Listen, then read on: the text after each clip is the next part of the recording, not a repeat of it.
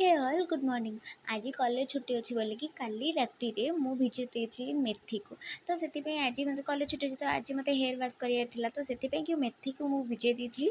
तो सकाल उठी पेस्ट बन देकी हेयर एमती अप्लाई करदेली।